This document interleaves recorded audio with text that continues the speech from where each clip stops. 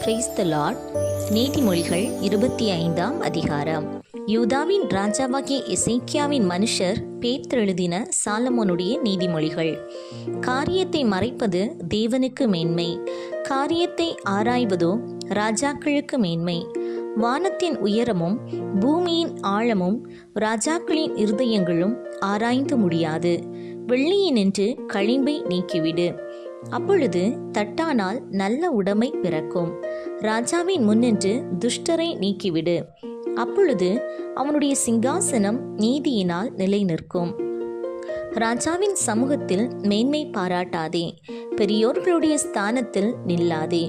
உன் கண்கள் கண்ட பிரபுவின் சமூகத்தில் நீ தாழ்த்தப்படுவது நல்லதல்ல. அவன் உன்னை பார்த்து மேலே வா என்று சொல்வதே உனக்கு மேன்மை. வழக்காட பதற்றமாய் போகாதே.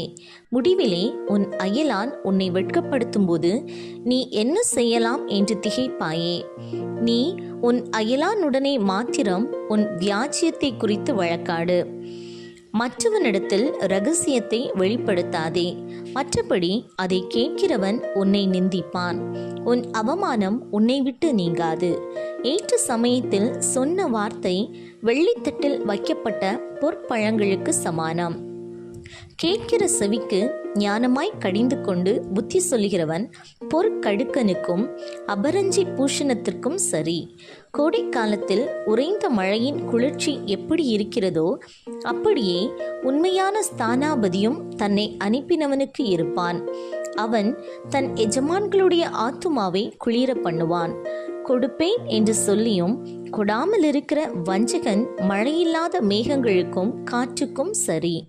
நீண்ட பொறுமையினால் பிரபுவையும் சம்மதிக்க பண்ணலாம். இனிய நாவு எலும்பையும் நொறுக்கும்.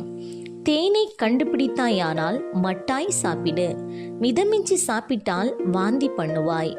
உன் அயலான் சலித்து உன்னை வெறுக்காதபடிக்கு அடிக்கடி அவன் வீட்டில் கால் வைக்காதே. பிறனுக்கு விரோதமாய் பொய்சாட்சி சொல்கிற மனுஷன் தண்டாயுதத்துக்கும் கட்கத்துக்கும் கூர்மையான அம்புக்கும் ஒப்பானவன். ஆபத்து காலத்தில் துரோகியை நம்புவது உடைந்த பல்லுக்கும் மொழி புரண்ட காலுக்கும் சமானம். மன துக்கம் உள்ளவனுக்கு பாட்டுகளை பாடுகிறவன் குளிர்காலத்தில் வஸ்திரங்களை களைகிறவனைப் போலவும் வெடியுப்பின் மேல் வார்த்த காடியைப் போலவும் இருப்பான்.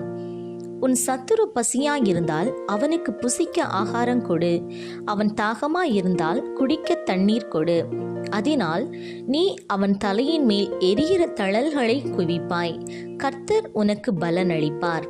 வடக்காற்று மழையையும் புறங்கூறுகிற நாவு கோப முகத்தையும் பிறப்பிக்கும்.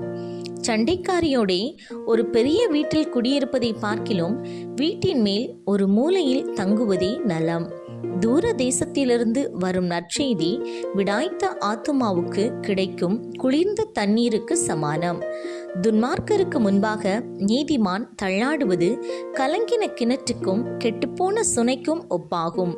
தேனை மிகுதியாய் உண்பது நல்லதல்ல, தற்புகழை நாடுவதும் புகழல்ல. தன் ஆவியை அடக்காத மனுஷன் மதிலிடிந்த பாழான பட்டணம் போலிருக்கிறான்.